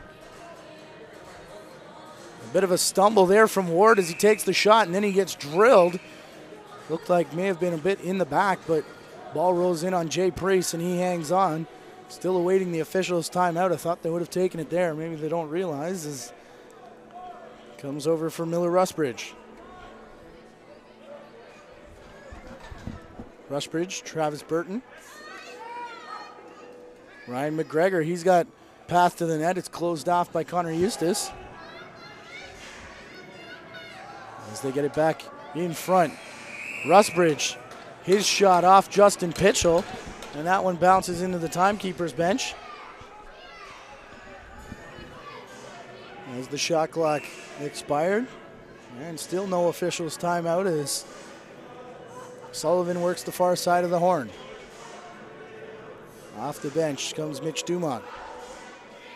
Again, we see the line combinations for the Lockmonsters. A couple defensive players paired with 2 or 3 offensive players. As this time the O guys are Fowler and Tainhouse. Jordan Critch on the near side. Dumont gets picked in front of him. Tainhouse piggybacks Shepley as they were both looking for that loose ball. Webster getting the shot, Danko the save, rebound rolls all the way out. Critch, a nice job to bat that off the floor. Eric Petrie arrives on scene. Petrie to the far side where Dan Keene has it now. Pardon me, Travis Burton as he turns and fires. Danko makes that save. Tries to draw it back to himself, but it's kicked out by Critch. And again, Critch the active stick to bat it back to Dylan Webster. And Petrie works the far side again. Under 4.5 to play here in the third quarter. As Critch has it outside. Critch looking to go over the top. And it's Dan Keene now batting it away. Mitch Dumont will get there first, but can't control. Now Dylan Webster and Dustin Gatt go after it, and it's the Cyclops and Webster that are going to control this. Now the tired legs look like they're on the side of the Lockmonsters, but the shot clock will expire. And back the other way go the Lockmonsters, and Mitch Dumont will hang on here to let his three tired counterparts get off the floor. Dylan Lord takes their place. Tainhouse in front again. Andrew Tober down low. There's a shot. Was that saved by the stick, or did he just not get the stick on it, Dylan Lord? It looked like Lord may not have got the stick on it. It's hard to imagine how that didn't go in. He had so much space. I think it just kind of bounced off the end of his stick. I have to get another look at that. It looked like it might have been Mike Burke on defense, and then Childerhouse. He goes around the world to take the shot, and that one just skips wide. Bradenburg, the sidearm long bomb pass to the front door. Works in. Childerhouse, he runs into a wall. That is John Arnold. As the ball scoots away from him. Into the stick there of Lubchuk, and the ball just sails on him and goes up into the screen. And I think finally we've decided we're going to take a timeout for the officials. Yeah, and you know, we'll go to a quick break, but I'll tell you, the Niagara Lockmonsters over the last couple of years have really, we're going to take another look at this check earlier first. Oh, this is Corey Fowler getting hit. The first one, I think, was the one that hurt. Yeah. Went a little bit high, and then he got... I think they both hurt because he got flattened by the second one. But, you know, Niagara, as I was about to say, has really built their reputation on defense. They've got some great offensive players, Corey Fowler, Brad Favero, Dylan Lord, guys have had good seasons. But they've really built their identity around their defense, and today it's back. This is, I mean, they've had some pretty good stretches, but today I think is their most complete, comprehensive defensive effort. You can see it in a couple of these possessions where Southwest had the ball, got a shot, got possession back because it happened to pick up a loose ball, and Niagara just working so hard to keep going after the ball, going after the players, and the effort level is there. I think Matt Atwood and his crew have to be very pleased with the way this team is approaching this game. They know it's a big game for them, and they're approaching it appropriately. Number of individuals stepping up. Corey Fowler, one of them in his return. Connor Danko, as we said before, getting the call. Number one goaltender on this team, still kind of up in the air. It could be Danko, it could be Zach Boychuk. Of course, we haven't seen much of Doug Buchan yet. It's pretty much guaranteed he's the third goaltender, but one in 1A, I guess, is how they would describe it down there on the bench. But here's a look at the standings. We see how important this game is as the Southwest Cyclops 2-game lead now on the rest of the pack. The Oswegan Demons, the Durham Turf Dogs, and the Barrie Blizzard. And, of course, to keep pace, the Niagara Lockmonsters need to do something and do it in a hurry. Go up for Kevin Sullivan down in the corner now. Dylan Lord. 10 on the clock off the reset. Connor Eustace. Nice job to get on Brock Levick there by the defense. Justin Pitchell looking to pick up, and he gets leveled by Miller Rushbridge, taking advantage of the 9-foot rule. As the shot clock does expire. Giltman waiting for the line change to at least start before he picks up. Here's Critch. Mike Burke. Need to reach up top to get that shot. Not as accurate as he would like as it goes over top of the cage. Over for Critch again. His shot goes high, and now Burke is drilled into the backboards by Pitchell. Cody Ward takes it into the Cyclops zone with Corey Fowler. Fowler gets a pick in front of him. They turn it into a pick and roll with Tainhouse. Fowler back up top, down low, Tainhouse. Fowler, the quick stick, then picked up by Gatt. He's filled in by Childerhouse as he takes the shot. Actually, as he gets off the carpet, it is Childerhouse now. And on the far side. That one off of a Cyclops defender, so the Niagara Lockmonsters will take over, and we'll start with Fowler in the corner. He directs some traffic in front. Far side now. And a shot from Fowler. That one's saved by Priest. Tainhouse picks it up. And a huge pick there by one of the Cyclops players. That dropped Fowler, and now there's a delayed penalty as Danko came to the bench so hard he had to hurdle over the bench as he came in the front door. But the extra attacker is on, as we're also in the final minute of play here in the quarter, 45 seconds. Shot clock down to 5, however, for the Lockmonsters. They go to Fowler, quick stick down low. And I believe that was Mark Vredenberg on the doorstep on the delayed penalty, an interference call. Yeah, Vredenberg in just about the exact same spot he scored his last goal, which is the one he picked up when it popped out of Brendan Tainhouse's stick. This time the ball meant to be sent to him, and he makes no mistake, extending the lead to 10-4 here in the final minute of the third quarter, and all the momentum going with Niagara. That's 7 straight goals for the Lockmonsters. Wow. And like you said, we keep coming back to that sequence where Danko makes a couple saves, and then another one, the rebound up here, as we get another really quick look at that goal. Bit of confusion off the faceoff. Looked like there was a clear violation there, but no call. The Cyclops are going to end up with the ball anyways as it rolled down on Priest. 20 seconds to go. As here's the shot bouncing off the crossbar from Dylan Webster. Goes up into the screen, and Lord gives Webster a bit of a shot. They're calling Priest as they want Webster in the corner. This will get a chance to get the extra man out. And it's Mike Burke, so that's a good extra man to have on the floor. Petrie flips it to him. Petrie going after somebody in front. It looks like Andrew Tober. Now he takes up spot in front of Dylan Lord. Danko down and smothers the ball. And the goaltender gets his own door, but immediately all the way down the floor, it's not going to matter. Is that Burke going down to play defense too? It was indeed, but only 9/10 of a second left, so no point in Danko trying to fire it down the floor. He just held on to it wisely. Dan Keene was absolutely locked and loaded, ready to fire that one, but a nice job by Niagara to jump out on him and force him to adjust his shot a little bit, which gave Danko the time to see it. He made the save. You can see a 6-goal lead for the Niagara Lockmonsters. We're headed for home. They'll reset, switch ends, and we'll be back on the other side of this timeout.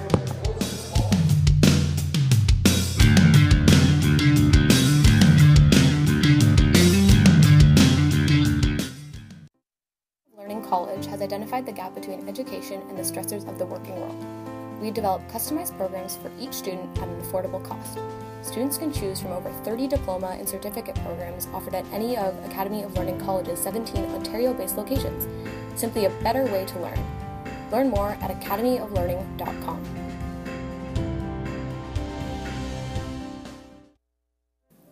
Fire Monitoring of Canada is the leader in the fire alarm monitoring industry, specializing in the early notification of fire alarm signals to the fire department.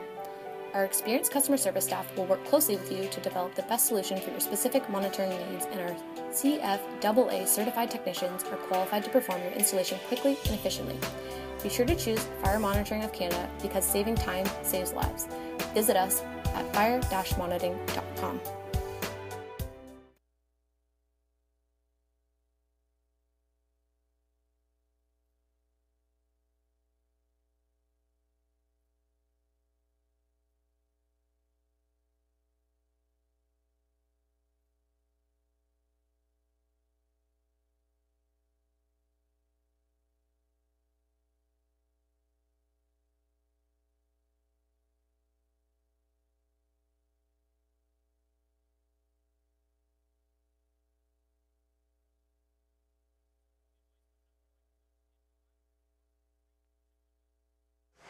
Final frame underway, and it's a huge one for the Niagara Lockmonsters as they've got a 6-goal lead over the Southwest Cyclops. The first place Southwest Cyclops, the Lockmonsters looking for their first win of the season.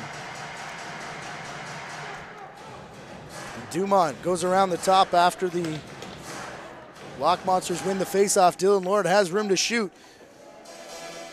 Oh, stopped and then came back. He's got words for somebody after scoring the goal, though. How many times did he fake that shot before finally letting it go on what I thought was the worst angle? 3 or 4 fakes by Lord, and obviously he saw something he liked at the end as he just kept holding on to the ball and faking. Here it is. There's one. There's another one. There's another one. He finally tucks it home, and it was probably the worst angle that he had. But that's what touch will do for you. For all the shenanigans involved, let's not forget how skilled a player he is. Is that a hat trick or is that 4 for him today? 4 goals. Dylan Lord himself matching the total of the Southwest Cyclops here this afternoon. The last Southwest Cyclops goal coming at the 7:58 mark of the second quarter. And that ball bounces off a player and up into the left field stands. Along with the home run ball. Exactly. Dan Keene outside the restraining line there. Huge overload here on the right side as they were trying to isolate whoever that was. Ryan McGregor. Nice job by Burke to just pick that up on the correct side of center floor so they didn't go over and back. A couple of the Cyclops players. I don't think that Connor Danko saw that shot at all. He did not budge, and it just went off his shoulder cap and up into the mesh. We'll see how many players take off here as some cars illegally parked outside. This could be interesting. Yeah, there's not a lot of parking here at the Meridian Centre. If you are making your way down to a game, plan accordingly. There's some garages, a scenic walk. Yes. It's a nice walk if it's not cold like it is today. It was a bit brisk out there for us. Can we get a CLax shuttle maybe? Is there a shuttle company that can sponsor? Never mind. Burke takes the shot. There's a nice shoulder save by Connor Danko. He is looking as locked in as he has for a long time. Here's Fowler, and somebody's screaming at the officials for off-ball slashes. Not sure it's coming off the benches, though. As Fowler digs out the loose ball, and he throws a number of fakes. Priest went with each one, and then the final shot, if it was on net, may have gone in. As there's a shot returning from Tainhouse, just beat the shot clock, and there's a player down, went awkwardly into the boards. It's a Southwest player as a 2-on-1 back the other way, and as he gets up off the floor, it's Travis Burton. Second time of the night, he goes down the tunnel. Fowler, what a flip pass there. He goes for Cody Ward, who was dumped. And Priest eventually makes the save. Comes up for Shepley.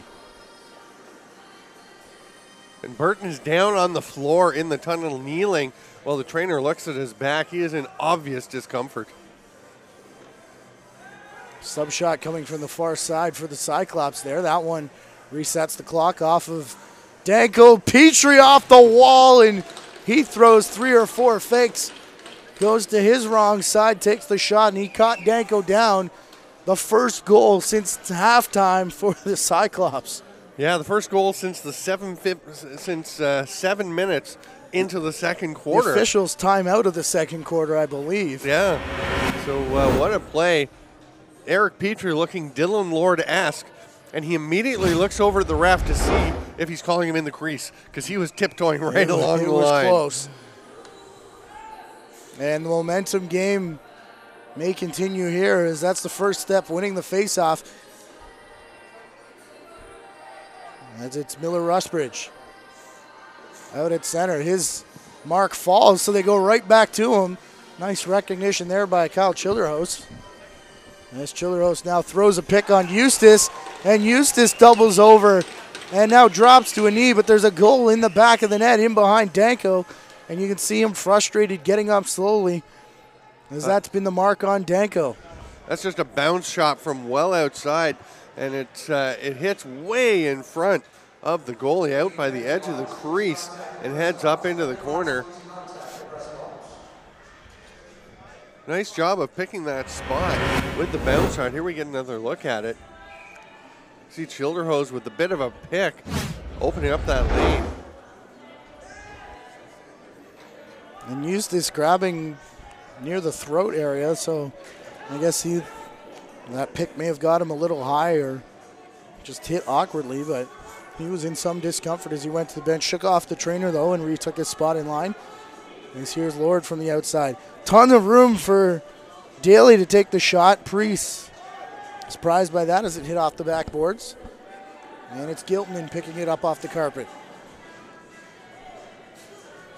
Eric Giltman peels off as Dan Keene. Mike Burke. Here comes Priest. Priest on the bench. The extra attacker is on. Dan Keene, the first man off. We saw him score like this out in Durham. As Keene gets there, Priest takes the slow jog. As here's Hesseltine. He'll slow down. We'll keep our eyes on Priest, rather. See if they pull that play again as that pass is intercepted by the Lockmonsters. Here comes Mark Vredenberg. Vredenberg over to the far side. Tainhouse takes the shot. It's just wide. And now Vredenberg goes after the loose ball. Here's Jordan Critch. Change coming for the Cyclops. Jay Priest is not one of those headed to the box. And it's a good thing, too, because as the shot comes off the back wall, it's picked up by the Lockmonsters. Devin Sarter, finally on about the third or fourth attempt, he gets knocked down to the carpet. Ball rolls down on Priest, and he gets it to Hesseltine. The line continues to move past Travis Burton, who's still in some discomfort on the bench, although he has made his way back to the seat. Blair Goss on the far side. Looking for Keene. Now Keene picks it up after it was loose. 5 on the shot clock. Puts on the brakes and then over the back shoulder. Takes the shot. Danko with the save. Rebound picked up by Dustin Gatt, though. And the 5-goal lead intact here for the Lockmonsters, but of late anyways, it's been a little bit of life for the Cyclops. Devin Sarter. There's Kevin Sullivan in calm and cool leg save there made by the left pad of Jay Priest. And Sarter gets the rebound.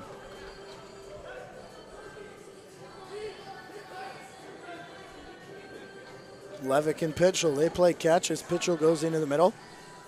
There's Brock Levick, Calvin Sullivan. Working the far side now. Off the wall, Cody Ward takes the shot. It's just wide off the back glass. Connor Eustace, shot clock at 5 as Eustace tries to break his way through. Spinning back now as Eustace takes the shot, just misses the far side of the net. And it'll be a 30-second violation against the Lockmonsters, and the Cyclops will get their chance.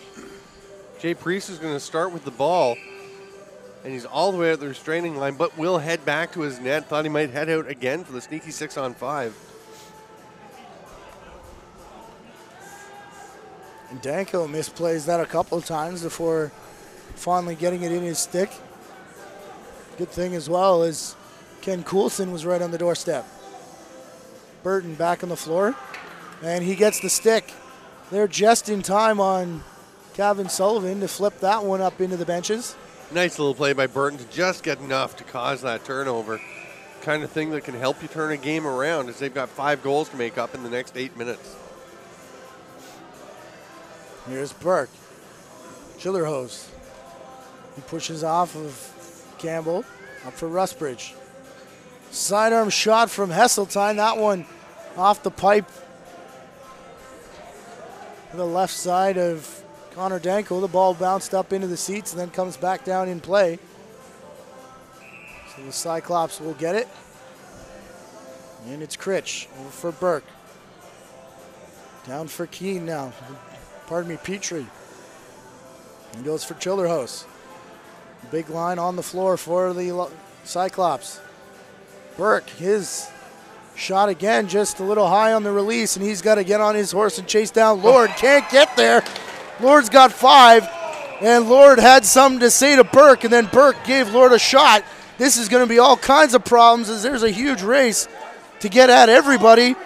Priest going after Tober now. And every player on the floor except for Connor Danko now tied up down there. In the end, Brady Hesseltine actually standing just out, that's Dylan Webster standing just outside the mix. But, I mean, Priest goes in. Burke was the guy who got it rolling when he ran Lord into the boards. Well, Lord got in his ear hole. Jumped in, yeah. After he beat him. Lord beat him in the foot race, and they're going to take the officials' timeout at 7:28. That'll give him a chance to sort this all out. As Lord gets his 5th of the game, makes the score 12-6. Lockmonsters doubling up the Cyclops now. So Lord had a few words for Burke. Burke turned around and gave the shot. Then Priest jumped in. That continues their war of words. And then when the goaltender got involved, it was Dustin Gatt. And then everyone else on the floor, including all 4 officials, got down there. And in a very small space in deep, deep center field. I hope they don't play baseball at the next game.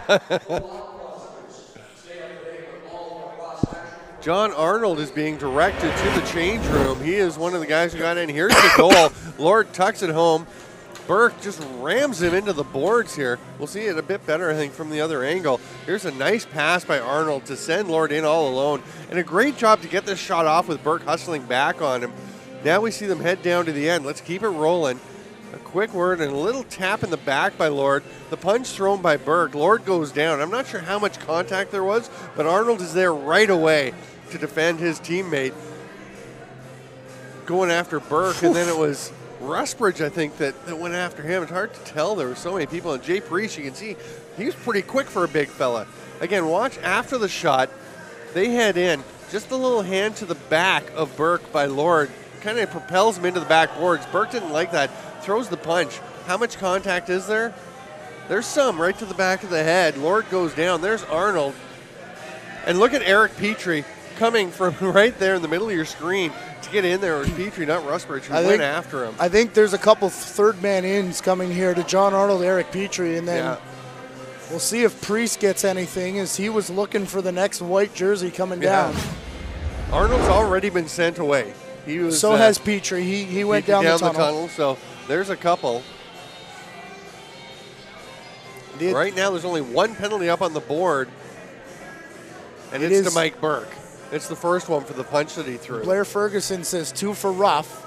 That was the signal. We haven't heard the official wording, but based on what we can see here and the signals they're giving, Jeremy Talevi doesn't like the explanation.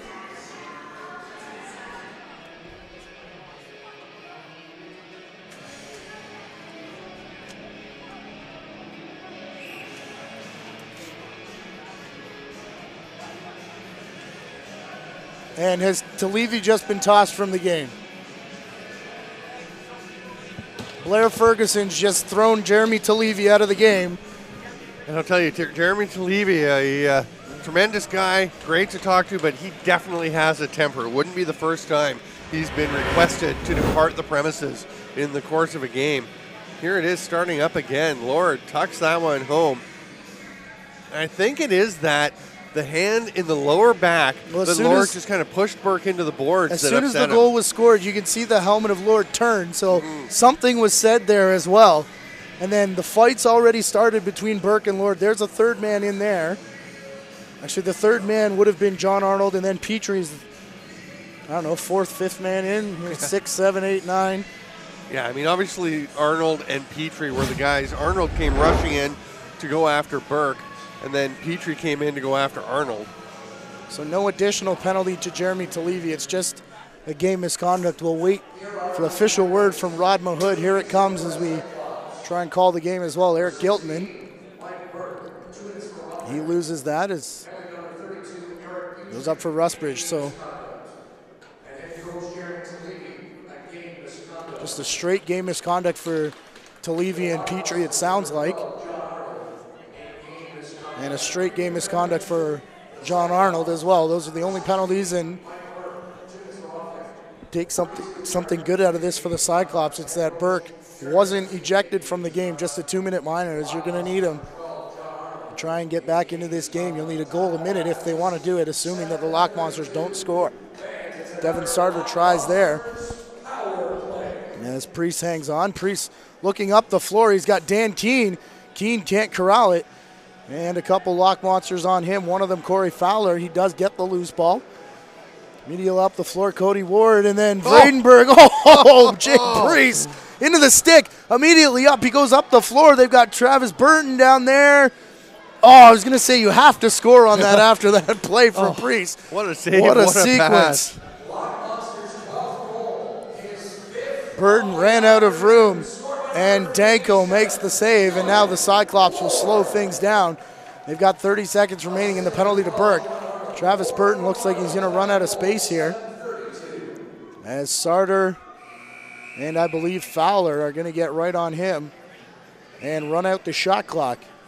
But that takes the penalty down to 20 seconds, as here's the pass coming from Jay Priest over for Travis Burton. This will be he just missed the net. Shot wide, yeah. Of course, Danko didn't give him a whole lot. Some credit to Danko for moving laterally very well, taking away the angle. Outside shot from Fowler. That one finds some kind of metal in behind Priest, and Burke is still on the floor. Looked like a shot coming, and that faked Burke out as he headed down the floor. Now he's back in position, though, as Tober has it. Levick across the floor to Dylan Lord. He shoots it off the glass, where Levick is there to pick up again. In front, Cody Ward shovels a shot in on Priest. He makes the save. Lubchuk driving Ward into the boards, and now down on the floor. Ward still gets it away, though, looking for Lord. And Ward and Lubchuk are tied up in behind Priest. Burke down to our left. He found a cutting Dylan Webster, but couldn't pull the trigger. And now the Lockmonsters.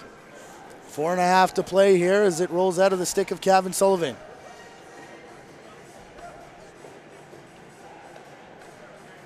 Rushbridge chases him all the way outside the restraining line, looking to go over half, and on his back as the ball is loose.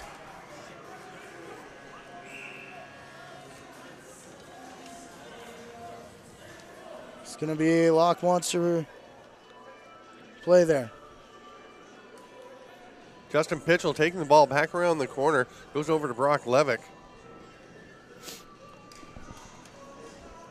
Let us know who you think should be the 3 stars of this game. Tweet us at JVI Video. Here comes Southwest back up the other way. That pass gets away, and Danko immediately up the floor. Ball thrown up to Dumont. He's going to try and keep it away from Blair Goss. Pass across to Sarter. Sarter taking a couple of whacks. Rustbridge all over him, not letting him get inside. They bounce it across to Fowler. Fowler steps into the shot, shoulder save by Jay Priest. Fowler backs, another save by Priest. Jay Priest has given up 12 goals, but he has been pretty good today. Dan Keene did a great job there. In all alone on the side was a player, and Keene slid over and got right there with him. Jay Priest continuing what he did last night, our first star of the game. As they get into the corner for Campbell. He's always a candidate to be on that list, is Jay Priest. It just depends. Usually we say the benchmark is 10 goals, where we take the goaltender out of consideration, but he could be there every time, and he does it again, making another save as Corey Fowler there with 3 minutes to go. Fowler has been a little snake bit here. He could have had about 4 or 5 goal saves, got 1, along with a few assists. Out of this entire team, I think he's the guy that misses Andrew Potter the most. Yeah. Who hasn't shown up. Those two used to be in on everything. So much chemistry between that pair. Andrew Tober feeding it through. That's out of the reach of Corey Fowler, and it'll roll in Blair Goss. He was waiting for the 30-second call, but shot clock had already been stopped, as if Southwest had picked that one up. Fowler and Tainhouse have got a bit of chemistry, but both of them are more shooters than anything else. When you think of Andrew Potter, he's more of the setup guy, which I think is what Fowler needs at this point. Burke just missing the top corner on that play. Couldn't quite find home, and then Hesseltine trying to get one off before the shot. Everybody wants a shot off. Yeah. Finally does come there off the stick of Jordan Critch. And back down the floor, Connor Eustace. Gives off for Mark Vredenberg. There's one man laid off the bench. It's Dustin Gatt going into the middle. Stirring up all kinds of trouble as he goes after Critch now. And the outlet pass there, not sure who was intended for, but it missed them. And then touching up was Travis Burton. The shot clock expires, but obviously just wasn't reset as it's Southwest possession. McGregor ends up in the corner for Childerhouse. Back for Martin Whitaker. Whitaker tries to beat his man, goes in on goal, and ball rolls out of his stick before he can get there. Final 80 seconds of regulation. It looks like the Lockmonsters will pick up their first victory of the season and maybe turn things around here in what's becoming a tight standing. Well, and the thing for the Lockmonsters is they don't have to worry about catching Southwest up at the top of the standings. They just have to catch one team. They're going to be one win behind the other three teams. All they've got to do is get into the playoffs, and if they play the way they're playing today, they have a chance to win a Creators Cup. Travis Burton is still hurt on the bench, and at this point in the season, the Lockmonsters are going to win this game. I think every team has shown us at different times that they can be a championship winning team this season. A lot of skilled victories from every team, a lot of character victories from every team. Dan Keene dives through, takes an extra shot as he gets it in on Danko, and now a bit of an extra rub there as there's 20 seconds to play here for the Lockmonsters. Shot clock not a factor, but the Niagara can't hang on, so Hesseltine looking for the hat trick, and Danko steers that one away. And Connor Danko in net for the Niagara Lockmonsters. He gets the first victory of the season for this Niagara team. It comes in their second ever home game at the Meridian Centre, and I don't know if there's much of a battle anymore for the number one in Niagara. Yeah, I think Connor Danko established that he definitely deserves to get that starting nod. Now, obviously you're only as good as what you've done lately, so we'll see what he does in his next game. But he certainly looked very solid there, looking very much like the goaltender that was the top goal in the league a couple of years ago. Dialed in, seeing the ball well, reacting very well, just making himself, he's not a big guy, but making himself as big as possible through his positioning, getting out high, but having the quickness to get back to cover the angles as well. Great game by Jay Priest as well. We see him lead the handshake line down, and even with a 6-goal disadvantage late in that game, he was still standing tall. Here's a look at the standings. Southwest will now sit 4-2 with 8 points. The Niagara Lockmonsters will have 2 points, still trailing the logjam of Oswego Demons, Durham Turf Dogs, and the Barrie Blizzard. But a massive weekend. Next week it starts with the Niagara Lockmonsters. Oswego Demons, a rematch of last year's Creators Cup. Yeah, every game's so important as the season winds on. Just a great performance by Niagara today. They're going to stand together. They were standing in the crease before the game and just being as a unit, and they really played as a unit today.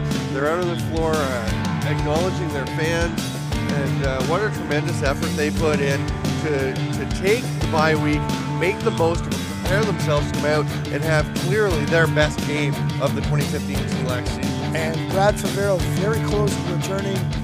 2 weeks ago he said he had one more week left before he could get back in, and of course missing here today. Mike Melnichenko has been activated. He will add some offensive punch to this lineup as well. Niagara is on the upswing here. How much do you want to change though from this team that played before? I mean, if Favero, your captain, is ready, you put him in the lineup. Melnichenko was the second overall pick in the draft. Does he draw in with the way this is working out right now? I mean, Vredenberg playing very well as the lefty forward. You're just getting some good performances from the guys who are in the lineup already. They don't want to give up their spots. I mean, maybe you have to put Melnichenko in for what he can bring to it. The ball toss is pretty darn close. A couple of people right on the center dot, on the button.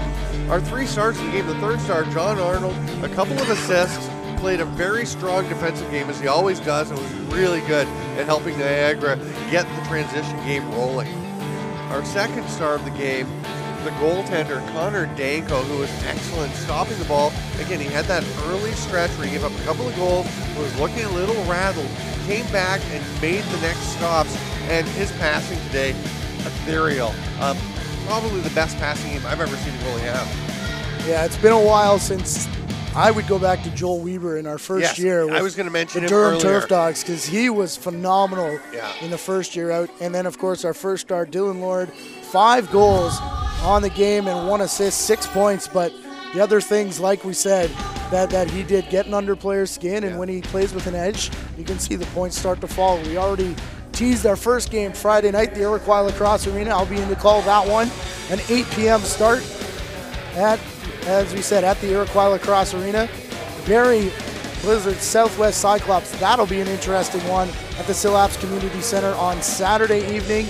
And then our weekend ends. Niagara and Durham, sorry.